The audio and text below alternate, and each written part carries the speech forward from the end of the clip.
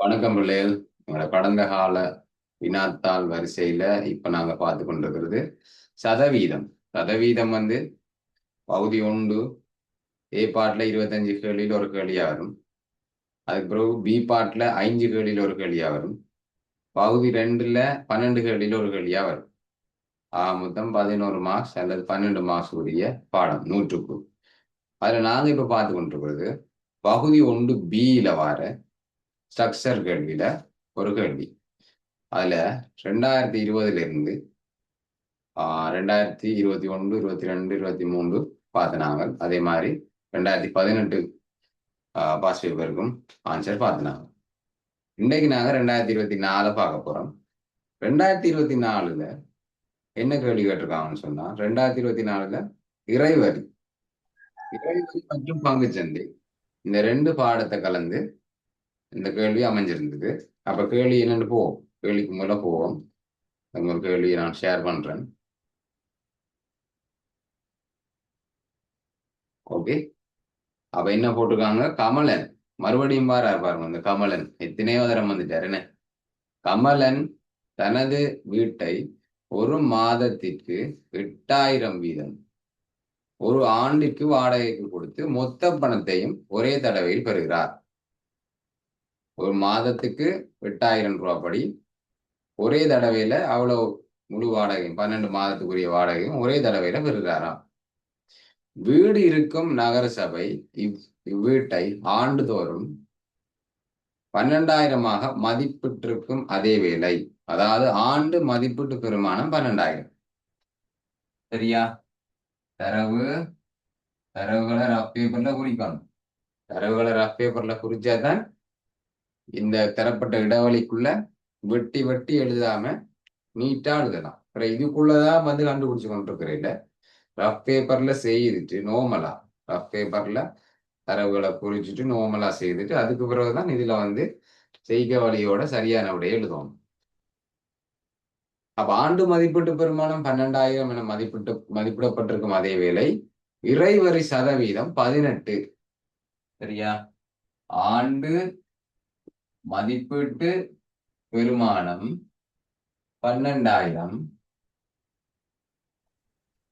இறைவரி சதவீதம் 18. இறைவரி சதவீதம் 18. சரியா? அப்ப முதலாவது கேள்விப்போம். வீட்டிற்காக அவ்வாண்டில் செலுத்த வேண்டிய இறைவரி யாது? இறை யாது என்று கேட்டிருக்காங்க. இறை யாதுன்னு சொன்னா இறைவரி யாதுன்னு கேட்கிறாங்க. சரியா? அப்ப அவங்களுக்கு தெரியும் எப்படி இறைவரி காணணும்னு சொல்லி 12,000க்கு எப்படி 18% காண்றது? 12,000க்கு எப்படி 18% காண்றது? 12,000 தர 100 மேல் 18. 12,000 தர 100 மேல் 18. வழக்கம் போல 12,000க்கு ஆண்டு மதிப்பீட்டு பெருமானத்தை இறைவரி சதவீதத்தால பெருக்கினால் ஆண்டு மதிப்பீட்டு பெருமானத்தை இறைவரி சதவீதத்தால் பெருக்கினால் ஆண்டு இறைவரி வரும். அப்ப இந்த ரெண்டு பூஜ்ஜியத்தையும் வெட்டினால் 120 18ஆல பெருக்க உங்களுக்கு என்ன விட வந்தது? எல்லாருக்கும் இல்ல என்ன விட வந்தது பிள்ளை? வரலையா வந்திருக்கும்? 2160. வந்திருக்கும் 2160 என்பது சரியானது. சரியா? ஓகே, இப்ப அடுத்த கேள்விக்கு போவோம். இறைவரி கேள்வி முடிஞ்சு அடுத்த கேள்வி. வீட்டை வாடகைக்கு கொடுத்து பெற்ற பணத்தில் 10% வீட்டு பராமரிப்புக்கு செலவிடப்படுகிறது. சரியா? அப்ப வீட்டு பராமரிப்புக்கு வாடகை மாத வாடகை 8,000. மாத வாடகை 8,000 ரூபா. ஆனா அவர் ஒவ்வொரு மாதத்துக்கும் வாங்காம ஒரேடியா வாங்குறார். 12 மாதத்துக்குரிய வாடகையும் ஒரேடியா வாங்குறாராம். ஒரு ஆண்டிற்காக வாடகை கொடுத்து மொத்த பணத்தையும் ஒரே தடவையில பெறுகிறார். அப்ப அந்த பணத்துல 10% பராமரிப்புக்கு, அந்த பணத்தின், சரியா? நாங்க பின்னங்கள்ல படிச்சோம் என்று சொல்லி, அது இங்க வர்ற என்ன?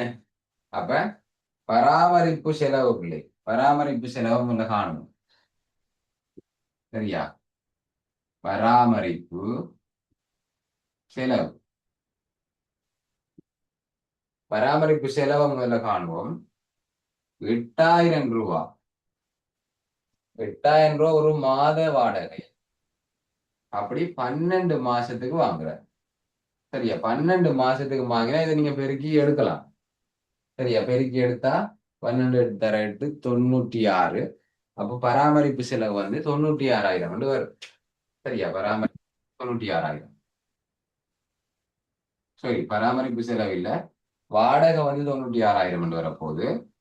பராமரிப்பு செலவின் பராமரிப்பு செலவு வாடகையில 10% பராமரிப்பு செலவு பாவிக்கிறார். விளங்கினதா இந்த வரி எல்லாருக்கும்? நுகாவுக்கு விளங்கினதா? பராமரிப்பு செலவை காண போறோம். ஒரு மாத வாடகை 8000. அப்படி 12 மாதத்துக்கும் வாடகையை காணதுக்கு 12ஆல பெருக்கணும். அப்ப அவர்கிட்ட வார வருமானம் அந்த வாடகையில இருந்துதான் அந்த பராமரிப்பு செலவு செய்யறாராம். வாடகை என்னன்னு சொன்னா பெருக்கல், வாடகையில் 10% பராமரிப்பு செலவுக்கு பாவிக்கிறாராம். அப்ப வாடகை மொத்த வாடகை பணத்தை 10%ஆல பெருக்கினால் பராமரிப்புக்கு எவ்வளவு செலவழிச்சார் என்றது வரும். அப்ப பிள்ளைகள் 8 தர 12 96. அங்கால பாருங்க 2 சைவர் இருக்கு. அப்ப பராமரிப்பு செலவு மட்டும் 9600 ரூபாய் செலவழிச்சிருக்கிறார். ஓகேவா? சரி, பராமரிப்புக்கு செலவிடப்படுது. இறைவரியையும் செலுத்திய பின்னர் வீட்டை பராமரிப்பதற்கு பணத்தை செலவிட்ட பின்னர் கமலனிடம் எஞ்சி இருக்கும் பணம் யாதென்றதான் கேள்வி. சரியா? கமலன்கிட்ட இவ்வளவு எஞ்சி இருக்கும். அப்ப அவருடைய வருமானம் வந்து ஷார்ட்ல அவருடைய வருமானம் வந்து வாடகை மட்டும்தான் வருது. வேறொரு வருமானத்தை பத்தி இந்த கேள்வியில சொல்லி இல்லை.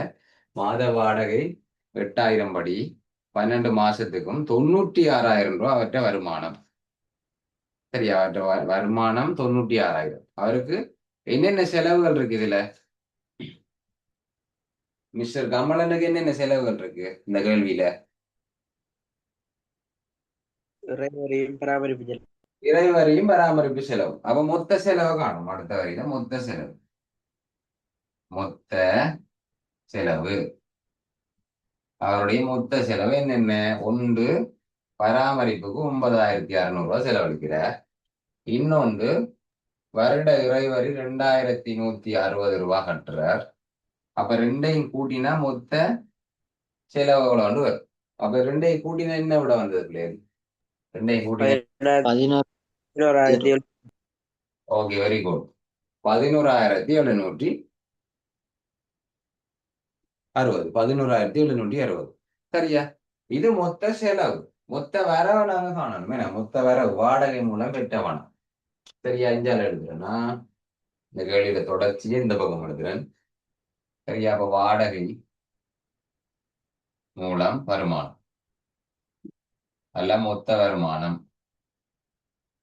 வாடகை மூலம் வருமானம் எவ்வளவு கிடைச்சிருக்கு? 8000 தர 12. அப்ப எவ்வளவு வரப்போகுது? 96,000. அவருக்கு வாடகை மூலம் கிடைச்ச வருமானம் 96,000. சரியா? அதுல பராமரிப்புக்கு 9,600, இறைவரிக்கு 2,160, மொத்தமாக 11,760 செலவு பண்றார். அப்ப மீதி கேள்வி என்ன? எஞ்சிய பணம். எஞ்சிய பணம். எஞ்சிய பணம் எப்படி காண்றது? மொத்த வரவுல இருந்து மொத்த வரவுல இருந்து மொத்த செலவை கழிப்போம். மொத்த செலவை கழிப்போம். 11,760 கழிக்கணும். 11,760 கழிச்சா என்ன விட வந்தது எல்லாருக்கும்? 84,240 ரூபாய். 84,240 வந்திருக்குமா? சரியா? 84,240 எல்லாருக்கும் வந்ததா?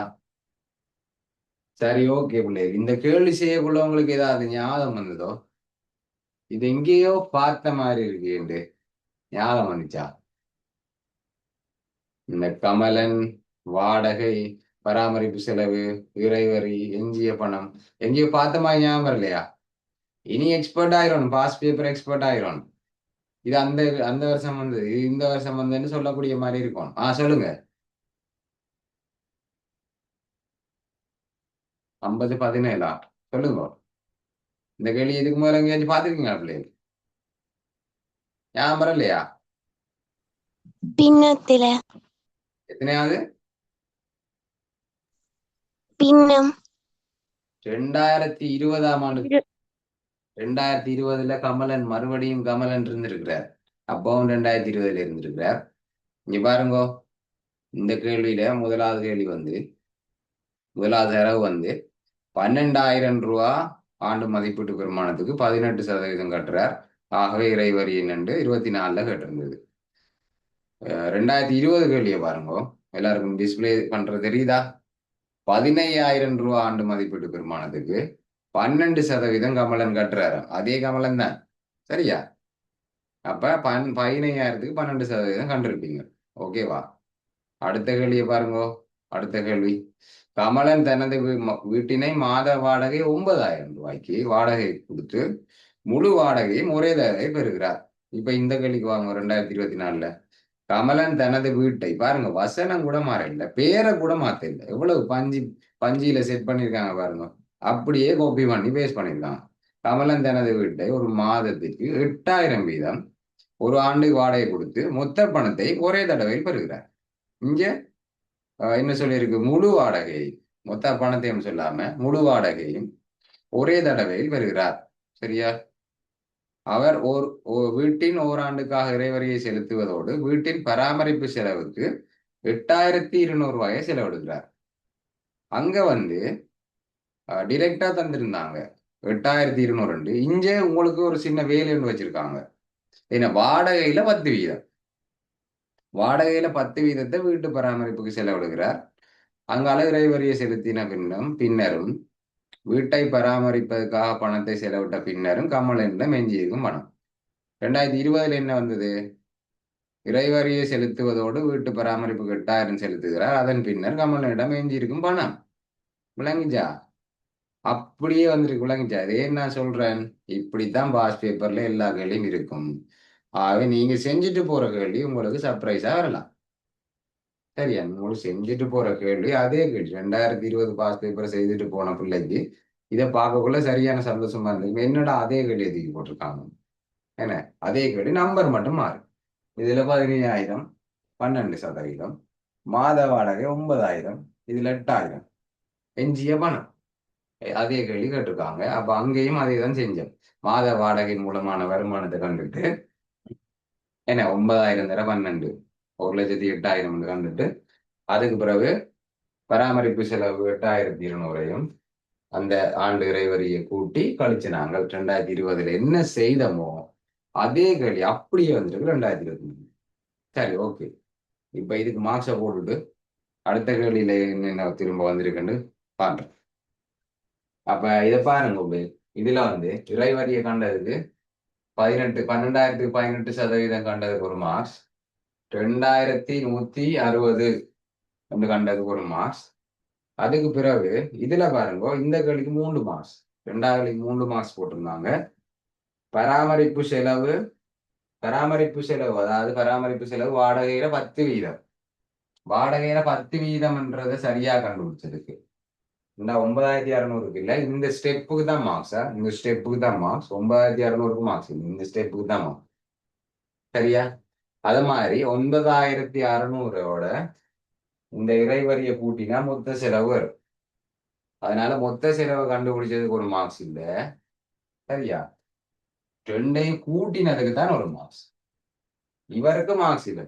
11,760 நீங்க இந்த ரெண்டையும் ரஃப் பேப்பர்ல கூட்டி போட்டு இதுல வந்து எழுதுறதுக்கு மார்க்ஸ் இல்ல. ரெண்டையும் கூட்டி காட்டினதுக்கு தான் அந்த ஒரு மார்க்ஸ் வரும். ஓகேவா? அந்த மாதிரி அடுத்த ஒரு மார்க்ஸ் வந்து இங்க வருவது எஞ்சிய பணம் வந்து 96,000 இருந்து 11,760 கழிச்சு கடைசி விடை. இதானே கேள்வி விடை தானே. அப்ப விடைக்கு மார்க்ஸ் கொடுக்க தானே வேணும். அப்ப இந்த ஸ்டெப்புக்கு ஒரு மார்க்ஸ் வந்திருந்தது, கடைசி ஒரு மார்க்ஸ், 3 மார்க்ஸ் எப்படி வந்தது விளங்கு. ஏன் இதெல்லாம் ஸ்டெப் பை ஸ்டெப்பா சொல்றேன்னு சொன்னா உங்களுக்கு தரப்பட்டது இவ்வளவுதான் இடம். இவ்வளவு இடத்துக்குள்ள இவ்வளத்தையும் எழுதி இவ்வளத்தையும் எழுதணும். அப்போ நான் நிறைய பேர்ட்ட சொல்லிட்டேன் திரும்ப திரும்ப சிஆர் கோப்பியில ஒரு பக்கம் ஃபுல்லா எழுதி விடைய அனுப்புறீங்க. அதை கொண்டு போய் எக்ஸாம் ஹோல்ல எழுதக்குள்ள எக்ஸாம் பேப்பர்ல எழுதக்குள்ள உங்களுக்கு என்னடா இதுக்குள்ள எவ்வளோத்தையும் எழுதுறான்னு யோசிப்பீங்க. அதாவது நான் சொல்றது மாதிரி பிரிண்ட் எடுத்து செய்யுங்க. பார்ட் 1 மட்டும் பிரிண்ட் எடுத்து செய்து பழகுங்க. ஏனண்டா இந்த இவ்வளவு வரியையும் அதுக்குள்ள எழுதியிருப்போம். இது தேவையில்லை வந்து இது தேவையில்லை. இந்த ஸ்டெப் அதுல தேவையில்லை. 9,96,000 இதுலயும் இருக்கு, 96,000ன்றது இதுலயும் இருக்கு. அப்ப அதை தனியா கண்டு காட்டணும்னு அவசியம் இல்லை. சரியா? இந்த ஸ்டெப் இந்த ஸ்டெப் இந்த ஸ்டெப் இவ்வளவும் இருக்கும். ஓகேவா? சரி, இப்ப மூன்றாவது கேள்விக்கு போமா? மூன்றாவது கேள்விக்கு போவோம். இப்போது கமலன் தன்னிடம் எஞ்சி இருக்கும் பணத்துடன் ஒரு குறித்த பணத்தை கூட்டி, சரியா, எஞ்சி இருக்கிற பணம் 84,240 ரூபாய் எஞ்சி இருக்கு. எஞ்சிய பணம் இவ்வளவு பணம் இருக்கு. அதோட இன்னும் கொஞ்சம் காசை போட்டு, சரியா, அந்த காசோட இன்னும் கொஞ்சம் காசை போட்டு அதனை ஒரு கம்பெனியின் 50 ரூபாய் பங்குகளை 50 ரூபாய் பங்குகள் என்று என்ன சொல்ல வராங்கன்னா, ஒரு பங்கிட விலை 50 ரூபாய். சரியா? ஒரு பங்கின் விலை 50 ரூபாய். இப்ப பங்கு சந்தைக்கு மாறுது. சரி, இந்த கேள்வி இப்ப பங்கு சந்தைக்கு ஷிஃப்ட் ஆகும். அப்ப ஒரு பங்கிட விலை நோட் பண்ணுவோமா? ஒரு பங்கிட விலை, ஒரு பங்கின் விலை 50 ரூபாய். ஒரு பங்கின் விலை 50 ரூபாய் ஆக உள்ள, அதே நேரம் கம்பெனி ஒரு பங்குக்கு 2 ரூபா 50% பங்கு லாபத்தை கொடுக்கிறது. ஒரு பங்கிட லாபம், ஒரு பங்கிட லாபம், ஒரு பங்கிட லாபம் வந்து 2 ரூபா 50%. சரியா? ஒரு பங்கிட லாபம் 2 ரூபா 50%. சொன்னா 2 பங்கு வச்சிருந்தா எங்களுக்கு 5 ரூபா வரும். 2 பங்கு வச்சிருந்தா 5 ரூபா வரும். எத்தனை பங்கு வச்சிருக்கோமோ அத்தனையால பெருக்கி பங்கு லாபத்தை காணலாம். ஓகேவா? சரி, அங்கால என்ன சொல்றாங்க? ஒவ்வொரு ஆண்டின் இறுதியில் அவருக்கு பங்கு லாபமாக 6,000 ரூபாய் கிடைக்கிறது. சரியா? பங்கு லாபம், மொத்த பங்கு லாபம் தந்திருக்கு. ஒரு பங்கிட லாபம் தந்திருக்கு. அடுத்த வரியில மொத்த பங்கு லாபம், மொத்த பங்கு லாபம் மொத்தமா எவ்வளவு கிடைக்குது? 6,000. இந்த ரெண்டும் ஒரே ஒரு செட் தரவு. ஒரு பங்குல 2 ரூபா 50. மொத்தமா எத்தனை பங்கு இருக்குன்னு எங்களுக்கு தெரியாது. அவ்வளவு பங்குக்கும் 6,000 ரூபாய் கிடைக்குதா? சரியா? ஓகே. அப்ப முதலாவது கேள்வி என்ன? முதலாவது கேள்வி பங்குகளோட எண்ணிக்கையை கேட்டிருக்காங்க. பங்குகளோட எண்ணிக்கை. சரியா? ஓகே பிள்ளை, இது அழிக்கிறேன். இது ஏற்கனவே 2020 வந்த அதே கேள்வி அப்படியே போட்டுன்றது நான் உங்களுக்கு மறுபடியும் விளக்கிட்டேன். சரியா? இப்ப இந்த துண்டும் அதுல தொடர்ச்சி தான், அதையும் சொல்ல போறோம் பாருங்க. இந்த துண்டும் அதுல தொடர்ச்சி. அப்ப முதலாவது கேள்வி கமலன் வாங்கிய பங்குகளோட எண்ணிக்கை. பங்குகளோட எண்ணிக்கையை காண்றதுக்கு வளமையா நாங்க என்னத்தை யூஸ் பண்ணுவோம்? மூலதனம், மொத்த மூலதனத்தை பங்குகள்ல ஒரு பங்குட விலையால விரிப்போம். சரியா? உதாரணத்துக்கு 50,000 ரூபாய் மூலதனம் போட்டிருக்காரு. மூலதனம் 50,000 ரூபாய் போட்டிருக்காருண்டா 50 ரூபா ஒரு பங்குட விலை, ஒரு பங்குட விலை 50 ரூபாய்ண்டா சொல்லுங்க, எப்படி கண்டுபிடிக்கிறது? மொத்தமா 50,000 ரூபாய் காசு இருந்தது, ஒரு பங்குட விலை 50 ரூபாய்ண்டா அவர் வாங்கின பங்குகள் எண்ணிக்கை எப்படி காண்றது? 50,000 விரிக்கும். 50,000 50ஆல பிரிக்கும். 50,000 ரூபாய்க்குள்ள எத்தனை 50 ரூபாய் இருந்தது. இப்படித்தான் வளமையா பங்குகள் எண்ணிக்கை வந்துட்டு இருந்தது. ஆனா இங்க எங்களுக்கு தெரியாது மொத்தமா எவ்வளவு காசு போட்டிருக்காருன்னு தெரியாது. ஏன்? கேள்வியில என்ன சொல்லியிருக்காங்க? எஞ்சிய பணத்தோட இன்னொரு தொகை காசை போட்டிருக்காரு. அது எவ்வளவு எங்களுக்கு தெரியாது. அந்த காசு, அந்த மொத்த காசையும் வச்சு கொண்டுதான் 50 ரூபாய் பங்கை வாங்கியிருக்கிறார். அப்ப எங்களுக்கு இதுல மூலதனம் தெரியாது. அப்ப இந்த மெத்தட் சரி வராது. மூலதனத்தை வச்சு பங்குகள் எண்ணிக்கை காண்றது சரி வராது. அப்ப அடுத்தது இந்த இருக்கு ஒரு செட் தரவு. ஒரு பங்குக்கு 2 ரூபா 50, ஒரு குறிப்பிட்ட தொகை எண்ணிக்கையான பங்குக்கு 6,000 ரூபாய் வந்திருக்கு. அப்ப பங்குகள் எண்ணிக்கை இதை வச்சு காணலாம் தானே? எப்படி காணலாம்? கேள்வி நம்பர் என்ன? மூன்றாவதுல ஏ. சரியா? மூன்றாவதுல ஏ பார்ட். மூன்றாவதுல ஏ பார்ட். பாருங்க, ஒரு பங்குக்கு ₹2.50. இந்த இவ்வளவு 6000 ரூபாய்க்குள்ளையும் எத்தனை பங்குகள் இருந்திருக்கும்? பங்குகளோட எண்ணிக்கை 6000 ரூபாய்க்குள்ள எத்தனை 2.5 இருந்திருக்கும்? எத்தனை 2.5 இருந்திருக்கும்? இங்க பாருங்க, எப்படி சுருக்கலாம் ஈஸியா. ரஃப் பேப்பர் வேலையை செய்யறேன் பாருங்க. 6000 2.5 சொன்னா 2.5 சொன்னா 5×2 போடலாம். 5 2 பிரிச்சா 2.5 தானே. அதுக்கு பிறகு என்ன செய்யலாம்? 6000 பிரிக்குது 5×2. சரியா? பிரிக்குது 5×2 போடலாம். பிரித்தல் தானே. 5×2 பிரித்தல். 6000 2.5 பிரிக்கிறார். இதை பெருக்கலாம் மாத்தலாம் இல்ல? இதெல்லாம் ரஃப் பேப்பர்ல. பிரித்தல பெருக்கலாம் மாதிரி என்ன நடக்கும்? பிரித்தல பெருக்கலாம் மாதிரியா? 2 மேல போகும், 5 கீழே வரும். சரியா? இனி 5ஆல 60 வட்டினா 12. 1200 2ஆல பெருக்கினா என்ன விட வரும்? ஓகே, நீங்க மெசேஜ்ல போட்ட விடைகள் எல்லாம் சரி. 2400 வரும். சரியா? இதை பிரிக்கிறதுக்கு ஒரு இலகுவான முறை. அல்லது பிள்ளை இந்த தசம் உங்களுக்கு டிஸ்டர்பா இருந்தா மேலே எங்களையும் 10ஆல பெருக்கும்போ. 6000 2.5. இந்த தசம் தான் உங்களுக்கு பிரச்சனைடா. இதை 10ஆல வைக்கினா 25. இதை 10ஆல வைக்கினா 60,000. இனி இதை 5ஆல சுருக்கினா 5. இதை 5ஆல சுருக்கினா 12. அப்ப 12,000 5ஆல பிரிச்சிங்கடா 2400. எப்படியோ ரஃப் பேப்பர்ல சரியா செய்துட்டு செய்க வழி விடை. சரியா? செய்க வழி விடை. வெட்டுறது பிரிக்கிறதெல்லாம் அழுது தேவையில்லை, அதுக்குள்ள இடம் இல்லை. ஓகேவா? அப்ப பங்குகள் எண்ணிக்கையை கண்டுட்டான். இப்ப பி பார்ட் பாருங்க. கமலன் கம்பெனியில் இடுவதற்கு மேலதிகமாக கூட்டிய பணத்தை கம்பெனியில் இட்ட மொத்த பணத்தின் சதவீதமாக காட்டுக. சரியா? கம்பெனியில் இட்ட மொத்த பணத்தின் சதவீதமாக காட்டுக. அப்ப மொத்த பணம் எங்களுக்கு தெரியாது, அதைத்தான் முதல்ல காணணும். சரியா? அவர் மேலதிகமாக சேர்த்த பணமும் தெரியாது, மொத்த பணமும் தெரியாது. அப்ப அதைத்தான் நாங்க காண போறோம். சரியா? அப்ப முதல்ல இப்ப மொத்த பணத்தை காணலாம். எப்படி காணலாம்? பங்குகள் எண்ணிக்கை தெரியும் உங்களுக்கு. 2400 பங்குகள் வாங்கினவர். ஒரு பங்கு 50 ரூபா கொடுத்து, என்ன, ஒரு பங்கு 50 ரூபா படி 2400 பங்குக்கும் எவ்வளவு போட்டிருப்பார் காசு? எப்படி காண்றது? எவ்வளவு காசு எப்படி காண்றது? ஒரு பங்கு வெரி குட். 2400 50ஆல பிரிக்கணும். அப்ப மூலதனமா இல்ல முதலீடு? மூலதனம். 2400 பங்குகள் வாங்கியிருக்கிறார். ஒரு பங்கு 50 ரூபா. ஓகே ஆயிஷாமோட விட சரி. சரியா? அப்ப 2400 5ஆல பிரிக்கணும். சைவரை போட்டா 24,000. 24,000 5ஆல பிரிக்கினா 1,20,000. 1,20,000. அவர்கிட்ட காசு இருந்த காசு இவ்வளவுதான்.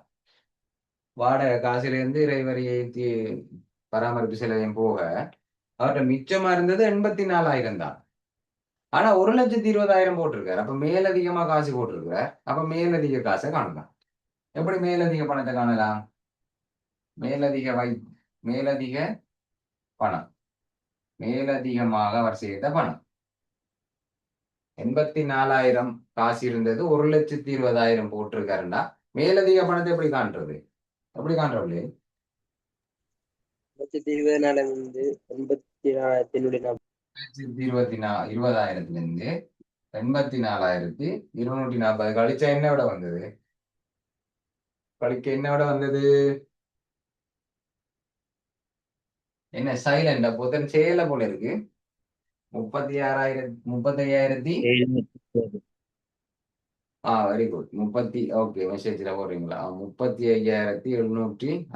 சரி, ஓகே, சரிதானே. இப்ப கேள்விக்கு வருவோமா? இப்ப பாருங்க, ஈஸியான கேள்வி, ஈஸி மெத்தட் ஒன்று சொல்லித்தார். என்னது?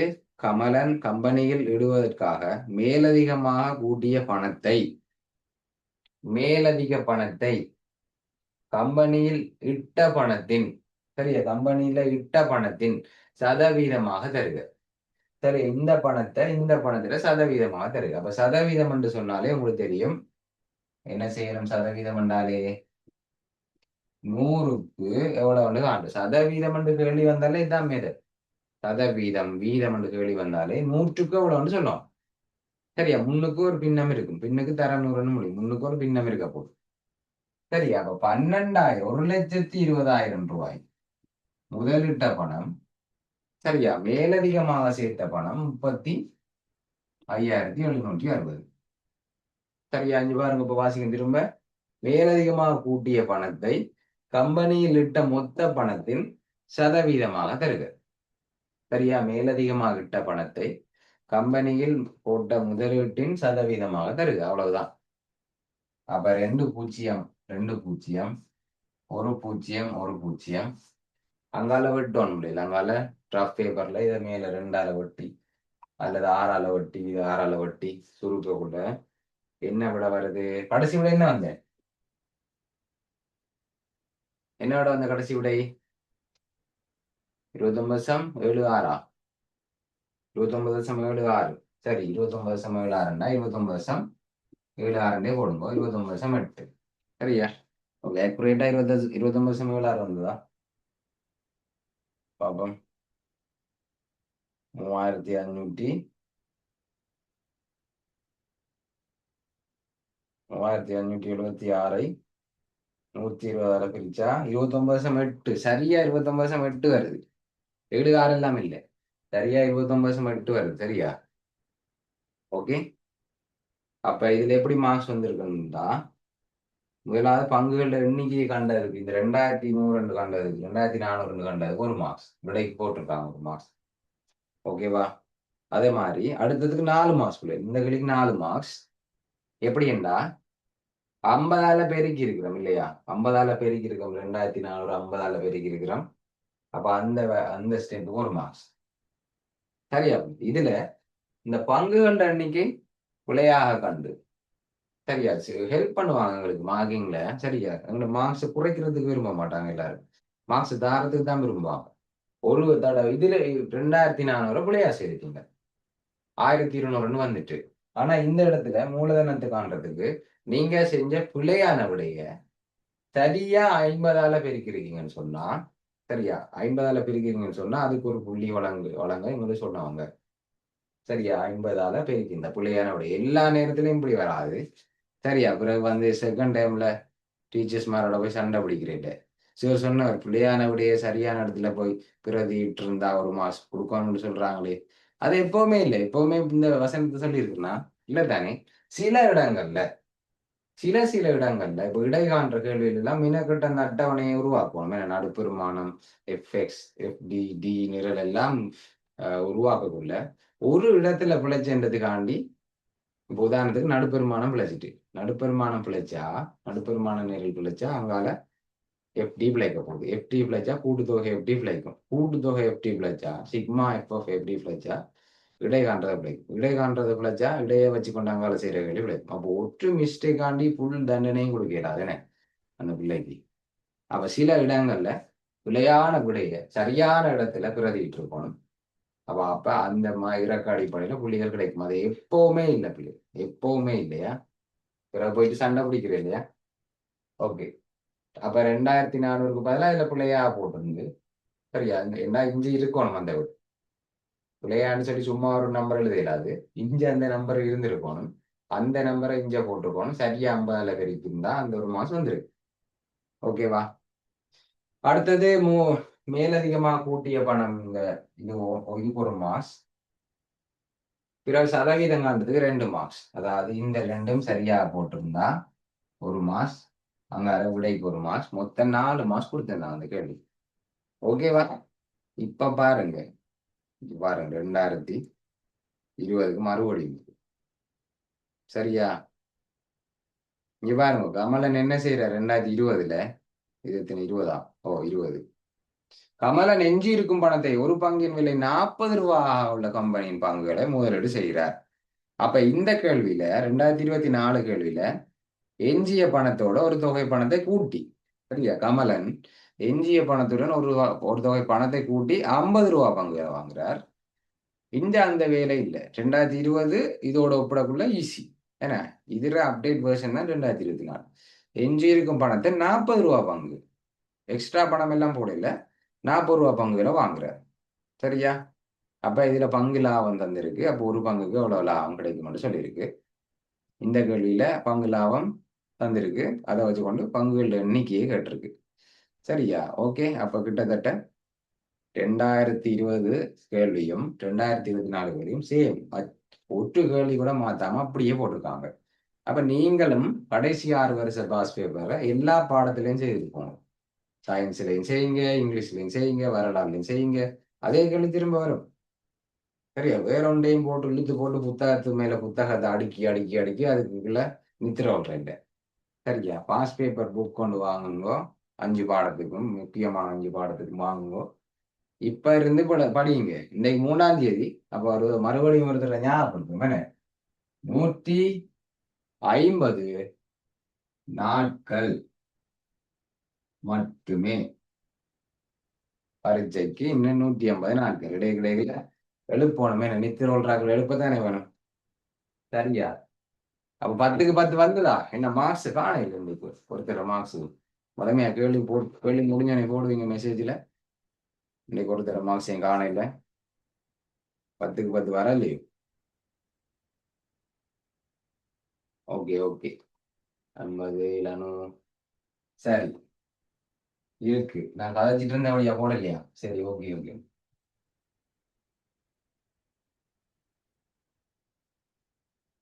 இதாளிக்க கூடாது என்ன? இதாளிக்க கூடாது. அதான் முக்கிய தரவு. இந்த கேள்வியின் முக்கிய தரவே இதுதான். சரியா? ஓகே. சரி பிள்ளைகள். அப்புறம் 2025க்கு போவோம். அதாவது கடைசியா வந்த பேப்பருக்கு போவோம். 2025ல என்ன நடந்துருக்கு? ஓகே பாருங்க சாயந்தரம். அப்ப அதுல எது 2 மார்க்ஸ்ல என்ன மிஸ் ஆனதுன்னு சொல்லி பார்த்து சரி அதை ப்ராக்டிஸ் பண்ணுங்க. அது பிறகு எக்ஸாம்ல கட்டாயம் 10க்கு 10 வரும். Don't worry. ஓகே. இப்ப 2025க்கு போவோம். மகேந்திரன் கமலனை காண இல்லை. இப்ப இதுல மகேந்திரன் வந்திருக்கார். மகேந்திரன் தனது வீட்டினை பழுது பார்ப்பதற்கு தினசரி வேதனம் கொடுக்கும் 8 தொழிலாளர்களை 5 நாட்களில். அப்ப வேலை நாட்கள் கேள்வியோ என்று சொல்லி யோசிக்கலாம். என்ன வேலை நாட்கள் என்று சொல்லி மனித நாட்கள், வேலையின் அளவு, வேலையின் அளவு, வேலையின் அளவுக்கு என்ன சமன்பாடு? என்ன படிச்ச நீங்க? வேலையின் அளவு சமன்பாடு மனிதர்களின் எண்ணிக்கை தர நாட்களின் எண்ணிக்கை. வேலையிட அளவு கேள்வி இது இல்ல. சரியா? சும்மா சொல்றேன், ஒரு தடவை ஞாபகப்படுத்துறேன். வேலையிட அளவு கேள்வி இல்லை இது. இது வந்து எங்களுக்கு என்ன வந்திருக்கு இதுல? இது இறைவரி. சாரி இல்ல, ஆண்டு மதிப்பீட்டு பெருமானம். ஓகே. இறைவரி கேள்வியும் சாதாரண வீதம், எளிய வட்டி வீதம் வந்திருக்கு. ஓகே. 8 தொழிலாளர்களை 5 நாள் சேவையில் ஈடுபடுத்துவதற்கு 1,20,000 ரூபாய் சம்பளமா கொடுக்கணும். 1,20,000. சரியா? சம்பளமாக 1,20,000. கட்டட பொருட்களை வாங்குவதற்கு 60,000 ரூபாய் தேவை என மதிப்பிடப்பட்டுள்ளது. சரியா? அவர் இம்மொத்த பணத்தை 18% எளிய வட்டிக்கு கடனாக பெற்றார். சரியா? அப்ப எளிய வட்டியும் இறைவரியும் வந்திருக்கு இந்த கேள்வியில. எளிய வட்டியும் இறைவரியும் வந்திருக்கு. அப்போ கூட்டு வட்டி வந்தது இல்லையா என்று சொல்லி உங்களுக்கு ஒரு சந்தேகம். நான் அப்போ கிளாஸ் தொடங்கக்குள்ள ஒரு நீட்டுக்கு ஒரு டைட்டில் எழுதினான். சதவீதத்துல என்னென்ன இறைவரி, தீர்வை, வெட்வரி, அங்கால வருமான வரி. இதுல ஒன்றும் மிஸ் ஆகாம எல்லாம் வந்திருக்கு. சரியா? இறைவரி வந்திருக்கு, தீர்வை வந்திருக்கு, வெட் வந்திருக்கு, அங்கால வருமான வரி 2019 வருமான வரி இனிதான் பார்க்க போறோம். சரியா? வந்திருக்கு. எளிய வட்டி வந்திருக்கு. அங்கால கூட்டு வட்டி இருக்கு. சரியா? கூட்டு வட்டி வந்து உங்களுக்கு 2016ஆம் ஆண்டு வந்திருக்கு. சரியா? 2016ஆம் ஆண்டு கேள்வியை பாத்தீங்கன்னா சங்கர் என்று சொல்லி ஒரு கேள்வி வந்திருக்கு. சங்கர் கூட்டு வட்டிக்கு 10% கூட்டு வட்டிக்கு ஒரு நிலையான வைப்பு கணக்கு செய்கிறார். சரி, அப்ப எல்லாம் வந்திருக்குதான், எல்லாமே வந்திருக்குது இந்த இடத்துல. ஓகே, அப்ப இப்ப எளிய வட்டி கேள்வி செய்து கொண்டிருக்கிறோம். அதுல 1,20,000 சம்பளத்துக்கு 60,000 ரூபாய் கட்டிட பொருளை வாங்குறதுக்கு மதிப்பிட்டுள்ளார். சரியா, அவர் அம்மொத்த பணத்தை 18% எளிய வட்டிக்கு கடனாக பெற்றார். ஒரு தொழிலாளருக்கு கொடுக்கப்பட வேண்டிய தினசரி வேதனம் யாது? சம்பளம் எவ்வளவு கேட்டிருக்காங்க ஒரு தொழிலாளருக்கு. சரியா பிள்ளைகள், இதுல 8 தொழிலாளர்கள் இருக்காங்க. மனிதர்கள் 8 பேர், நாட்கள் 5 பேர், அப்ப 40 மனித நாட்கள். வேலையிட அளவு 40 மனித நாட்கள். வேலையிட அளவு 40 மனித நாட்கள். தேவையில்லை இந்த கேள்விக்கு, சும்மா சொல்றேன். 40 மனித நாட்களுக்கு 1,20,000. 40 மனித நாட்களுக்கு 1,20,000. அப்போ ஒரு மனிதனா, ஒரு மனிதனுக்கு ஒரு நாள், ஒரு மனிதன் ஒரு நாள், ஒரு மனிதன் ஒரு நாள் என்ன செய்யணும், என்னென்று காணணும்? 40 மனித நாட்களுக்கு 1,20,000. ஒரு மனித நாளுக்கு எவ்வளவு? எப்படி காணும்? 1,40,000 பிரிக்கணும். 20,000 40ஆல பிரிக்கணும். 1,20,000 40ஆல பிரிக்கணும். இதான் இந்த கேள்வி கூட. இதை வேறொரு வகையில விளங்கப்படுத்த பாருங்க. இதை வேறொரு வகையில விளங்கப்படுத்த 1,20,000 8 மனிதருக்கு 5 நாள். சரியா, 8 மனிதர் 5 நாளுக்கு 1,20,000. 8 மனிதர் 5 நாள் 1,20,000. சரியா, அப்ப ஒரு மனிதருக்கு, ஒரு மனிதர் 5 நாள், ஒரு மணி 8 மனிதருக்கு 1,20,000. ஒரு மனிதருக்கு எவ்வளவு, எப்படி காண்றது? 1,20,000 என்ன செய்யணும்? 8ஆல பிரிக்கணும். 8 மனிதருக்கு 1,20,000. ஒரு மனிதருக்கு காண்றதுக்கு 8ஆல பிரிப்போம். இப்ப ஒரு மனிதர் 5 நாள், 5 நாளுக்கு இவ்வளவு மண்டா, ஒரு நாளுக்கு காண்றா, 5 நாளுக்கு இவ்வளவு சம்பளம் கொடுக்கணும்டா, ஒரு நாளுக்கு காணணும்டா என்ன செய்யணும்? இவ்வளத்தையும் என்ன செய்யணும்? இவ்வளவு பெருமானத்தையும் திரும்ப 5ஆல பிரிப்போம்.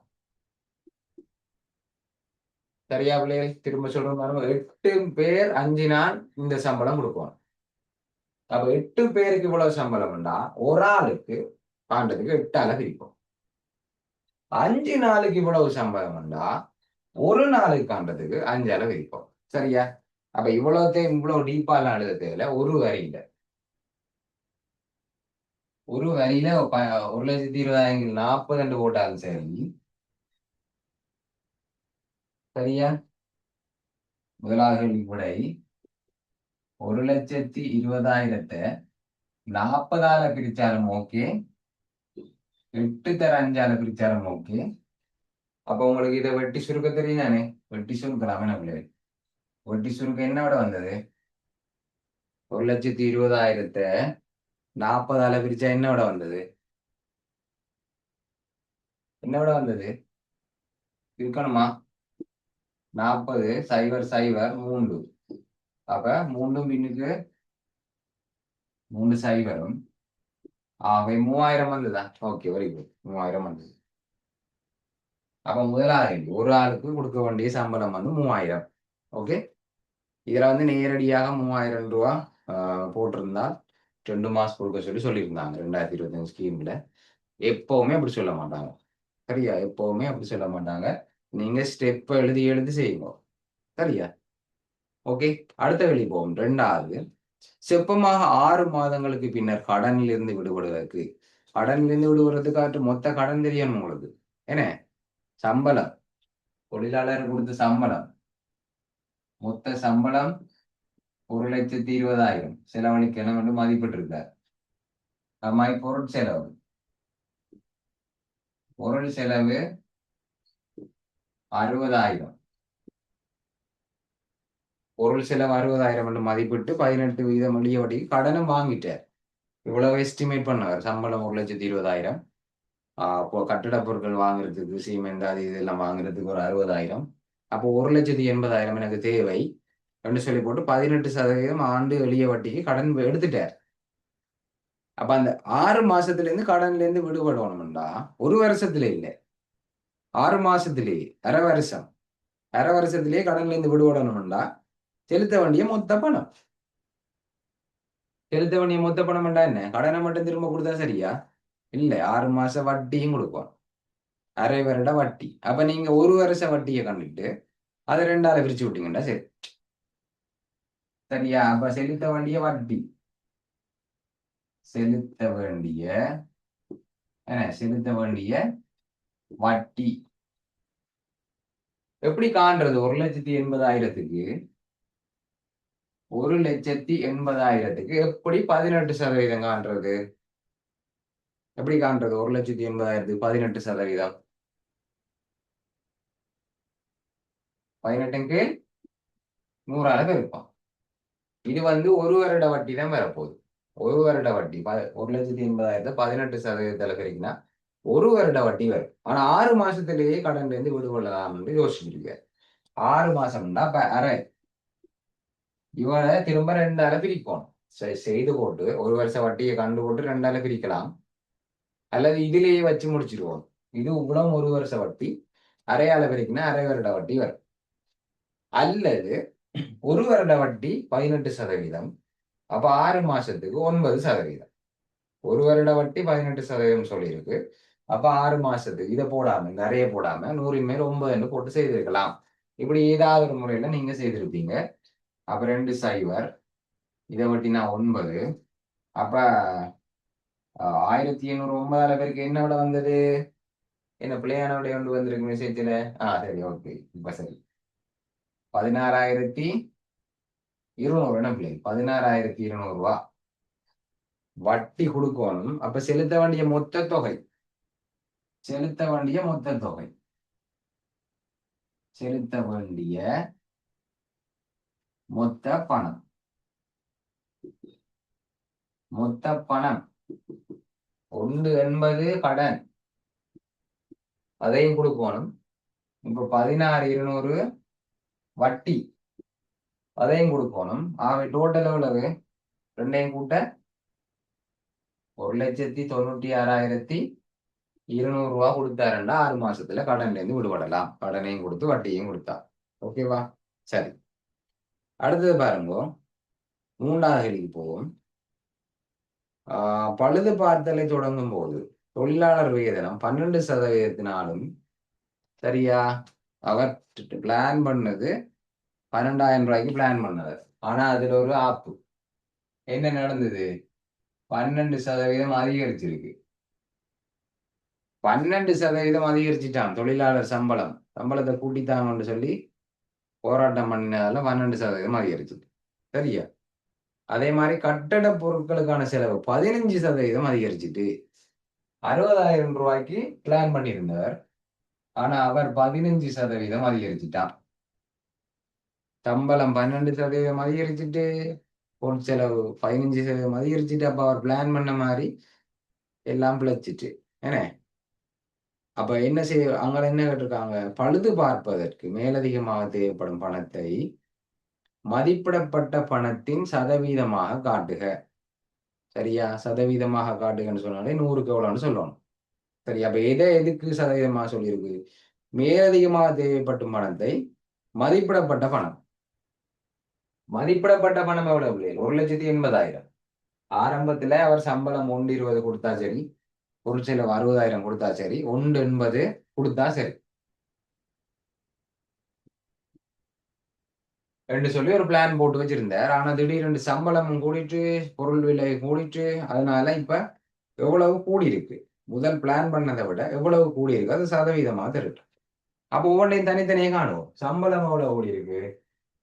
சம்பளத்தில் அதிகரிப்பு 12%. அப்போ 1,20,000க்கு 12% காணும். சரியா?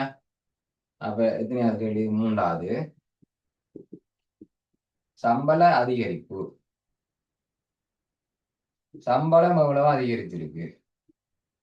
12% அதிகரிச்சிருக்கு. அப்போ 1,20,000க்கு 12% காணும். 1,20,000க்கு 12% காண்றதுபடி இந்த ரெண்டு சேரையும் வெட்டுவோம். 12 தர 12 144, 12 தர 12 144, அங்கால 2 சைவர். அப்ப 14,400 ரூபாய் அதிகரிச்சிருக்கு. சம்பளம் முதலை விட 14,400 ரூபாய் அதிகரிச்சிட்டு. அதுக்கு பிறகு கட்டட பொருட்கள் 15% அதிகரிச்சிருக்கு. சரியா? அப்ப கட்டட பொருட்செலவுட அதிகரிப்பு, பொருள் செலவு அதிகரிப்பு 60,000 ரூபாய் பிளான் பண்ணி வச்சிருந்தவர். 60,000 ரூபாய் பிளான் பண்ணி வச்சிருந்தவர் அதுல 15%, அந்த பணத்தை போல 15% அதிகரிச்சிருக்கா. 2 சைவரையும் வெட்டுங்கோ. சரியா? அங்கால 15 தர 6 90, அங்கால 90ஓட 2 சைவர் சேர்க்கும். ஓகேவா? அப்ப மொத்த அதிகரிப்பு வந்து இந்த ரெண்டையும் கூட்டணும். சம்பளத்துல 14,000 ரூபாய் கூட்டிட்டு ஒரு சில 9,000 கூட்டியிருக்கு. அப்ப மொத்த அதிகரிப்பு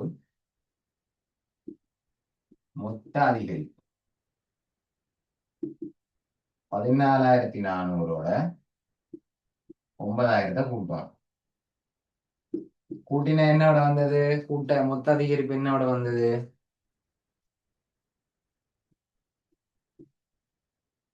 23,400 வந்ததா? 23,400. இப்ப என்ன கேள்வி? திரும்ப வருவோம். பழுது பார்ப்பதற்கு மேலதிகமாக தேவைப்படும் பணம். மேலதிகமாக தேவைப்படும், இது மொத்த அதிகரிப்பு போடலாம், அல்ல மேலதிகமாக தேவைப்படும் பணம். என்ன மேலதிக தேவைன்னு போடலாம் இல்லையா? மேலதிகமாக தேவைப்படுற பணம். மேலதிகமாக தேவைப்படுற பணம் 23,000. மேலதிகமாக தேவைப்படும் பணத்தை மதிப்பிடப்பட்ட பணத்தின் சதவீதமாக தருகிறது. அப்ப போடுங்க வழக்கம் போல சதவீதமாக திரட்டாம். கேள்வி வந்து சதவீதமாக திரட்டாம். 100க்கு எவ்வளவுன்னு சொல்லணும். அப்ப அவன் சொன்ன உடனே எழுதுவோம். மேலதிகமாக தேவைப்படும் பணத்தை மதிப்பிடப்பட்ட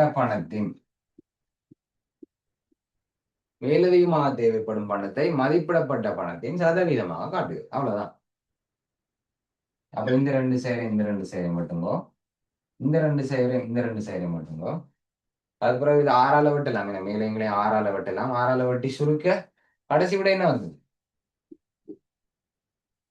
என்ன விட வந்த பிள்ளை? கடைசி விடை இதுக்கு 6ஆல வெட்டி சுருக்க என்ன விட வந்தது?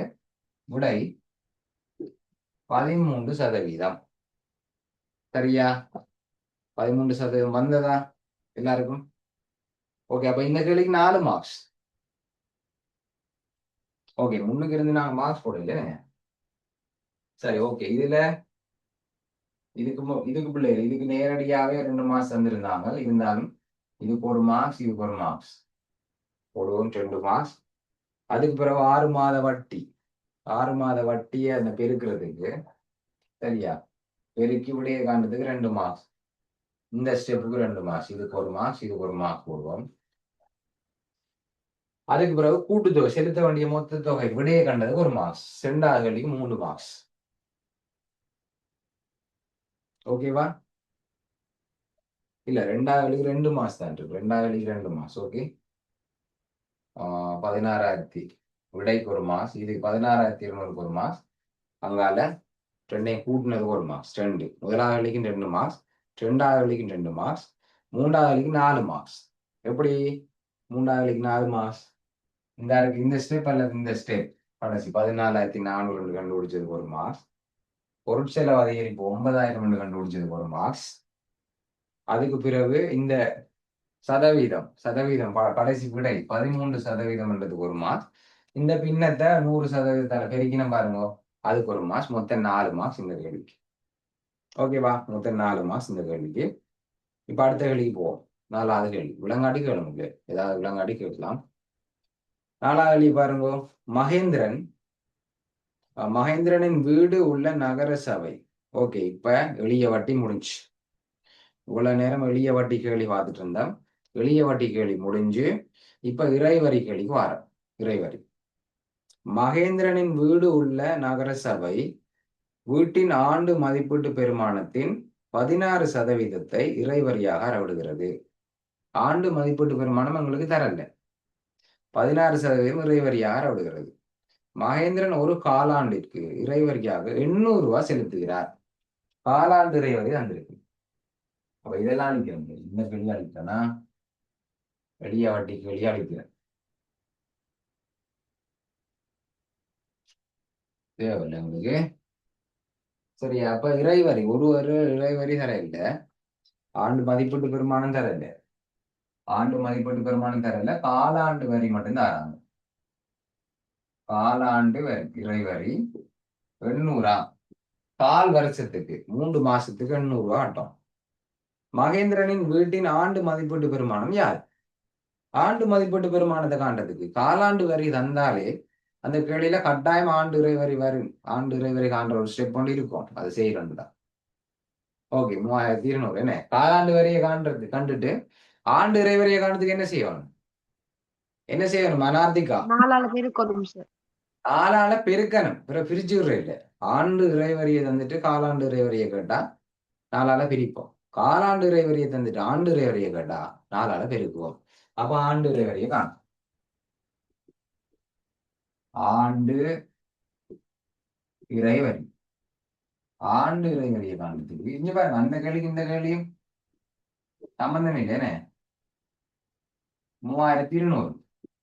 ஏன் இதை சொல்றேன் தெரியுமா? அந்த கேள்விக்கு இந்த கேள்வி சம்பந்தம் இல்லைன்னு அந்த கேள்வி செய்ய தெரியலன்னு சொன்னதுக்காண்டி இந்த கேள்வியை விடுறதா? இந்த கேள்வியில ஒரு 2 மார்க்ஸ் இருக்கு, இலகுவான 2 மார்க்ஸ் இருக்கு. ஃபுல்லா வாசிங்க. 3 மணித்தியாலம். சாரி, இது ப்ளஸ் பார்ட் என்ன 2 மணித்தியாலம் இருக்குதானே. சும்மா அங்க இங்க பிறகு பார்த்துட்டு இருக்காம ஃபுல்லா வாசிங்க. கேள்வி ஏதாவது செய்யக்கூடிய கேள்விகள் இருக்கும், ஒளிஞ்சிருக்கும். இந்த பாருங்க, 4ஆவதா கொண்டு வச்சிருக்காங்க 3200 ரூபாய். அப்ப ஆண்டு மதிப்பீட்டு பெருமானம் தான் கேள்வி. ஓகே ஏஞ்சலோ, சரி உங்களோட விட. அப்ப ஆண்டு மதிப்பீட்டு பெருமானத்தை தெரியாதவங்களுக்கு ஆண்டு மதிப்பீட்டு பெருமானத்தை சரியா இறைவரி சதவீதத்தால பெருக்கினா எத்தனை சதவீதம்? இறைவரி சதவீதம் 16. ஆண்டு மதிப்பீட்டு பெருமானத்தை இறைவரி சதவீதத்தால பெருக்கினா வார விடைதான் ஆண்டு இறைவரி. இன்னொரு மெதட்ல செய்யலாம் ஒரு வரியில. இது வந்து 16%. 16% 3200 16% 3200 100% எவ்வளவு அப்படின்னு சொல்லி ஒரு ஸ்டெப்ல எழுதலாம். சரியா? அப்படி எழுதக்கூடிய எக்ஸ்பர்ட் அப்படி எழுதுங்க. இப்ப இப்படித்தானே காணுவோம். ஆண்டு மதிப்பீட்டு பெருமானத்தை இறைவரி சதவீதம் வரைக்கும் ஆண்டு இறைவரி வரும். அப்ப 100 பிரிபடுது, அங்கால போனா என்ன செய்யும்? 16 பேருக்கு படுது, அங்கால போனா என்ன செய்யும்? 100 பேருக்கு படும் 14. பிரிபடுறது 3200 பெருக்குப்படும். 100 போய் பெருக்குப்படும். 16 இங்க வந்து பிரிபடும். அவ 16 ஒன்றால 16 16 இங்க 16 2. அப்ப 200 என்ன? 200 தர 100 20,000. உள்ள 20,000. அப்ப இந்த கடிக்கு 2 மார்க்ஸ் போட்டிருந்தாங்க. எப்படி என்றால் ஆண்டு இறைவரியை காண்றதுக்கு அல்ல 4ஆல பெருக்கிறதுக்கு ஒரு மார்க்ஸ், கடைசியோட ஒரு மார்க்ஸ்.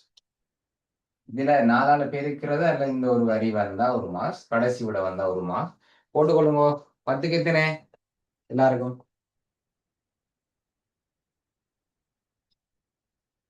சரியா? இந்த கேள்வி எங்கேயாச்சும் பார்த்தமா இருக்கும்? Okay, good good, very good. Okay, வழக்கம் போல 10க்கு 10 வந்துருக்கு. கடைசியா 25க்கு 10க்கு 10 வந்திருக்கு. சரியா? 10க்கு 10 வராதாக திரும்ப திரும்ப முயற்சி செய்யுங்கோ. சரியா? இப்ப நிறைய கேள்வி செய்யப்பட்டிருக்கு. அந்த கேள்வி எல்லாம் செய்த கேள்வி செய்யாத கேள்வி எல்லாம் ட்ரை பண்ணுங்க. அப்படியே இந்த கேள்வி எங்கேயாச்சும் பார்த்தமா இருக்கா?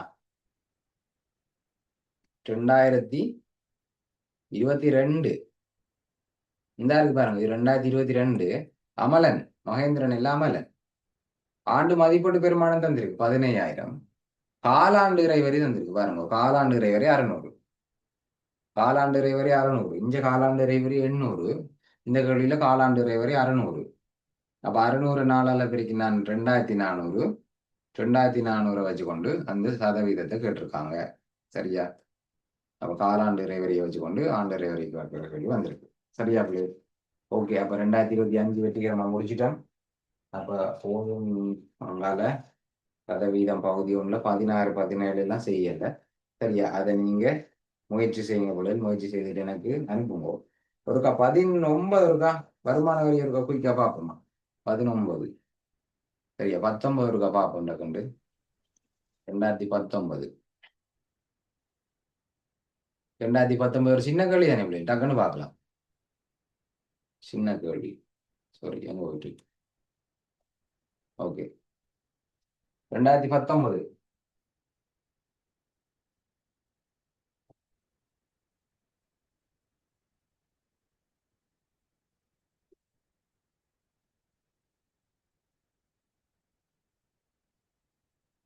2019 வாங்க. 2019 2019 சரியா. அப்ப 2019 என்ன? குமார் நகரசபையிலே உள்ள ஒரு வியாபாரத்தை நடத்துகிறார். ஆண்டு மதிப்பீட்டு பெருமானம் 40,000. இறைவரி சதவீதம் 22. ஆக இறைவரிய காணட்டான். சரியா, அப்ப பாருங்க, ஆண்டு மதிப்பீட்டு பெருமானம் 40,000. இறைவரி சதவீதம் 22. அப்ப ஆண்டு இறைவரிய கேட்டிருக்கு. முதலாவது ஆண்டு இறைவரிய கேட்டிருக்கு. எப்படி காண்றது? 40,000க்கு எப்படி 22% காண்றது? 22க்கு 40,000 தர 100 மேல் 22. 100 மேல் 22. 40,000 தர 100 மேல் 22. 2 சைவர் 2 சைவர் 4 தர 22 88. அங்கால 2 சைவர் 8,800. 8,800. ஓகே, அடுத்த 2வது வழியை பாருங்க, எவ்வளவு ஈஸியா தந்திருக்காங்க. காலாண்டு இறைவரையை கேட்கட்டு. அவ காலாண்டு இறைவரைக்கு என்ன செய்யணும்? 4ஆல பெருக்கும் என்ன? இல்ல சார், 8,800 வந்து 4ஆல பிரிக்கணும். பிரிக்கணும். ஆவாசி வருஷம்னா பிரிக்கணும். 8,800 ஒன்றுக்கு 4ஆல பெருக்குங்க, அல்லது 4ஆல பிரிங்க. பிரிச்சா என்னோட 2,200 சார். 2,200. சரியா, 2,200. இதுக்கு 2 மார்க்ஸ் 2 மார்க்ஸ் கொடுக்குறாங்க. இது கொண்டு 1 1 1 1 4 மார்க்ஸ் சிம்பிளா வந்துட்டு. 4 மார்க்ஸ் சிம்பிளா வந்துட்டான் பாருங்க. 1 நிமிஷத்துல செய்துட்டான். இப்ப நாங்க ப்ரோ ஆயிட்டோம் இல்ல. சரி, அடுத்தது பாருங்க, வருமான வரி. இந்த அட்டவணைக்கு ஏற்ற மாதிரி செய்வோம். அட்டவணையில உடைச்சிருக்கு. அந்த அப்படி உடைச்சு நாங்க வருமான வரியை காணணும். பாருங்க, முதல் 5 லட்சத்துக்கு வரி இல்லை. அடுத்த 5 லட்சத்துக்கு 4%. அடுத்த 5 லட்சத்துக்கு 8%. இது உங்களோட புத்தகத்தில் இருக்கிற அதே கேள்வி. அபூர்வமா புத்தகத்தில் இருக்கிற கேள்விகள் வார இல்லை எக்ஸாமுக்கு. என்ன புத்தகத்தில் இருக்கிற கேள்வி வார இல்லை. ஆனா புத்தகத்தில் இருக்கிற ஒரு கேள்வியை போட்டிருக்காங்க. இந்த கேள்வி அப்படியே இருக்கு பிள்ளை புத்தகத்துல. சரியா, இந்த கேள்வி அப்படியே இருக்கு. ஆனா 12,000 இல்லை, அதுல வேற ஒரு நம்பர் கணித பாட புத்தகத்துல பார்க்கலாம். நீங்க வருமான வரியில இந்த கேள்வி அப்படியே ஒரு பயிற்சியில இருக்கு. அப்ப முதல் 5 லட்சத்துக்கு வரி இல்லை. அடுத்த 5 லட்சத்துக்கு 4%. அப்ப இவருக்கு 5 லட்சத்தை விட குறைவான சம்பளம் இருந்திருக்குமா? இவர்கிட்ட வருமானம், ஆண்டு வருமானம் வந்து யாதுன்னு கேட்டிருக்காங்க. 4 லட்சமா இருக்க வாய்ப்பு இருக்கா? ஆண்டு வருமானம் 4 லட்சமாக இருக்க வாய்ப்பு இருக்கா? இல்ல. இல்ல, ஏன்? 4 லட்சத்துக்கு 5 லட்சத்தை விட குறைவா இருந்தா வரி விலக்கு, வரி இல்லைன்னு.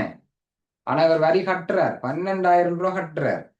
அப்ப கட்டாயம் 5 லட்சத்தை விட கூடியிருப்பார். முதலாவது 5 லட்சத்தை தாண்டி இருப்பார். சரியா, முதலாவது 5 லட்சத்தை தாண்டி இருப்பார். அப்ப அடுத்த 5 லட்சம் முழுசா அடுத்த 5 லட்சம் இருந்தா 10 லட்சமா இருந்திருந்தா இவ்வளவு வரி கட்டியிருப்பாருன்னு பார்ப்போம். சரியா, முதல் 5 லட்சத்துக்கு வரி இல்லை பிள்ளை. முதல் 5 லட்சத்துக்கு வரி இல்லை. இப்படி உடைச்சு எழுதும். என்ன சம்பளம் தராங்களோ அதை உடைச்சு எழுதும். அட்டவணைக்கு ஏற்ற மாதிரி உடைச்சு எழுதும். இது வரி இல்லை, வரி இல்லை, 0. வரி 0. அடுத்த 5 லட்சத்துக்கு 4%. அப்ப நம்ம சும்மா யோசிச்சு பார்ப்போம். 20,000 என்ன?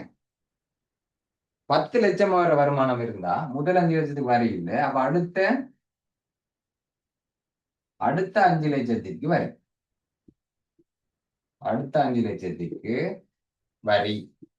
அப்ப 5 லட்சமாக இருந்திருந்தா அடுத்தது 5 லட்சமாக இருந்திருந்தா இது செய்ய வழி இல்லையா? இது ரஃப் பேப்பர் வேல. 5 லட்சமா இருந்திருந்தா 2 பட்டு 20 20,000 ரூபாய் வரி கட்ட வேண்டி வந்திருக்கும். அடுத்த 5 லட்சமாக இருந்திருந்தா 20,000 ரூபாய் கட்டியிருப்பார். ஆனா 20,000 கட்டுறார். எவ்வளவு கட்டுறார்? 12,000 ரூபாய் தான் கட்டுறார்.